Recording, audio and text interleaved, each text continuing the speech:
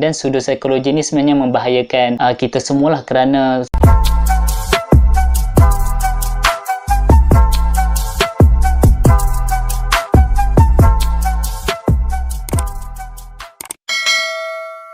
Assalamualaikum, hai, apa khabar semua? Selamat datang sekali lagi ke YouTube channel aku, Asman Omar, Manusia Itu Unik. Jadi basically dalam YouTube channel aku ni, aku akan bercakap, aku akan berkongsi perkara-perkara yang berkaitan dengan kaunseling dan psikologi.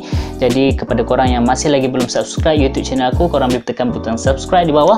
Dan jangan lupa untuk tekan butang loceng tu sekali untuk notifikasi video-video aku selepas ini. Jadi untuk topik video kali ini, aku akan bercakap mengenai apakah itu psikologi. Tapi sebelum tu, disclaimer, aku ni bukanlah seorang psikologis ataupun seorang pelajar psikologi.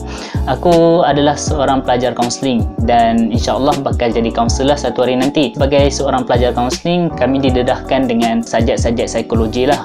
Kita orang belajar psikologi kanak-kanak, psikologi orang dewasa, psikologi orang tua, dan sangat pentinglah seseorang kaunselor itu untuk tahu berkaitan dengan psikologi. Aku cakap ni sebab aku takut korang anggap aku ni seorang psikologis. Jadi aku tak naklah salah guna nama psikologis itu, memandangkan zaman sekarang dekat Malaysia ni memang ramai yang menggunakan nama atas nama kaunselor, atas nama psikologi untuk kepentingan diorang lah. Perkataan psikologi itu berasal daripada perkataan Yunani Greek, di mana psycho disebut sebagai psyche, iaitu bermaksud jiwa, dan logi pula berasal daripada perkataan logos, iaitu bermaksud kajian. Dari segi maksud literalnya, psikologi ini bermaksud kajian tentang jiwa. Tetapi selepas ilmu psikologi ini dikembangkan, ramai tokoh-tokoh psikologi yang membahaskan isu-isu dan persoalan berkaitan dengan psikologi. Maka psikologi pada zaman moden sekarang didefinisikan sebagai scientific study of human behavior dan scientific study of human behavior and mental process, ataupun dalam bahasa Melayu, kajian saintifik berkaitan dengan tingkah laku manusia dan juga proses mental. Daripada definisi tadi, kita dapat keluarkan poin-poin yang penting untuk kita bincang dalam video kali ini, iaitu kajian saintifik. Kajian saintifik merupakan satu kaedah yang penting lah dalam ilmu psikologi, kerana banyak persoalan, banyak isu-isu di dalam psikologi ini sebenarnya berdasarkan kajian-kajian yang saintifik. Bermaksud kaedah-kaedah penyelidikan yang digunakan dalam bidang psikologi ini adalah berdasarkan kaedah penyelidikan yang sah dan betul lah. Mesti kena ada eksperimen, kena ada observation, hipotesis, semua tu. Dan kajian saintifik ini sebenarnya membezakan di antara psikologi dan juga pseudopsikologi. Aku tak pasti korang pernah dengar tak kataan pseudopsikologi ni. Pseudopsikologi ni bermaksud ilmu psikologi yang tiada bukti kajian saintifik.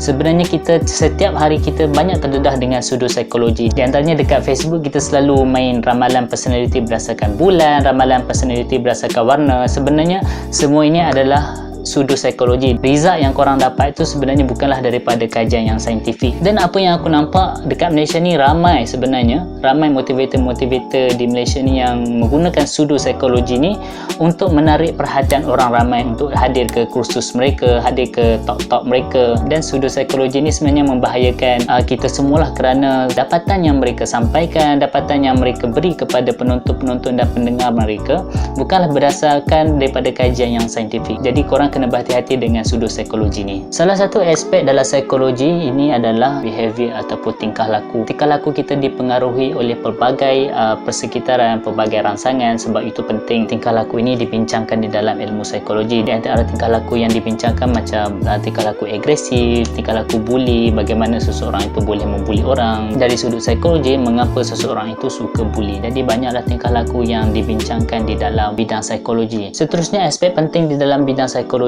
adalah mental process. Mental process ni merupakan covert behavior ataupun tingkah laku tertutup, di mana tingkah laku ni kita tak nampak yang berbentuk abstrak. Contohnya macam kita berfikirlah. Dan di dalam mental process ini juga membincangkan bagaimana otak manusia itu berfungsi, bekerja, menerima maklumat, memproses dan menterjemahkan maklumat yang diterima itu dalam bentuk perbuatan dan emosi kita dalam seharian. Di antara perkara-perkara yang dibincangkan dalam mental process ni banyaklah yang aku belajar, macam memori, persepsi, persepsi, bahasa dan sebagainya. Dari sudut sejarah pula, psikologi ini bermula daripada zaman tamadun Greek Yunani, dan sebenarnya psikologi ini berkembang daripada bidang falsafah. Dan bidang psikologi ini pada waktu dahulu dibahaskan oleh beberapa ahli-ahli falsafah yang terkenal macam Socrates, Plato, Aristotle. Kemudian pada tahun 1879 bermulalah ilmu psikologi ini dijadikan sebagai sebuah disiplin ilmu. Pada waktu itu seorang tokoh psikologi bernama Wilhelm Wundt. Wilhelm Wundt ini dia membuka makmal psikologi yang pertama di dunia, iaitu di Leipzig, Germany, dan banyak sebenarnya ilmu-ilmu psikologi yang dikembangkan oleh Wilhelm Wundt ini sehinggalah ke hari ini. Dan psikologi ini bukan hanya semata-mata membincangkan berkaitan dengan kesihatan mental,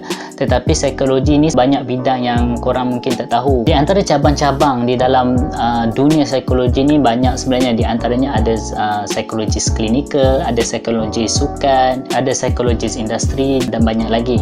Psikologi klinikal ni dia lebih tumpu kepada masalah kesihatan mental, di mana psikologis klinikal ni dia membuat penilaian, assessment, dan dia juga diagnose kesihatan mental pesakit. Dan sebenarnya psikologi klinikal ni berbeza dengan pakar psikiatris. Benda ni agak panjang untuk aku nak cakap kat sini, tapi mungkin dalam video selepas ni mungkin aku akan boleh terangkan perbezaan di antara psikologis, kaunselor dan psikiatri. Sport psikologis merupakan psikologi yang berada di dalam bidang sukan. Psikologis yang berada di dalam bidang sukan ini sebenarnya lebih menumpukan kepada atlet sukan tu sendiri, di mana psikologis ni berperanan dalam menguatkan mental atlet, memberi motivasi kepada atlet, dan banyak lagi peranan psikologi sukan. Dan aku tak pastilah kalau dekat Malaysia ni ada ke tak, tapi kalau dekat luar negara macam kelab-kelab bola sepak dekat luar negara, memang mereka ada menyediakan psikologi sukan ini untuk meningkatkan dan menguatkan prestasi atlet mereka ni, supaya atlet mereka ni sebenarnya lebih bermotivasi dalam setiap perlawanan yang mereka tempuh. Seterusnya, psikologis industri ataupun organisasi, mereka ni menumpukan dari segi aspek mental pekerja, di mana psikologis dalam bidang industri ataupun organisasi ini menekankan dari segi produktiviti pekerja, prestasi pekerja, dan kebanyakan company-company ataupun syarikat-syarikat yang besar dekat Malaysia ni memang mereka ada hire psikologis industri ni untuk meningkatkan prestasi pekerja dalam company mereka. Jadi secara kesimpulannya, berbalik kepada definisi yang aku sebut tadi, kajian saintifik berkaitan dengan tingkah laku manusia dan juga mental proses. Jadi apabila kita faham berkaitan dengan psikologi ni, bermaksud kita lebih faham diri kita lebih faham dengan orang lain. Jadi aku rasa setakat ini saja video aku untuk kali ini. Seperti biasa, kalau korang ada pendapat ataupun teguran, korang boleh komen dekat bawah supaya aku dapat tahulah apa yang korang rasa berkaitan dengan video aku. So setakat ini saja, kita jumpa di lain video. Bye bye.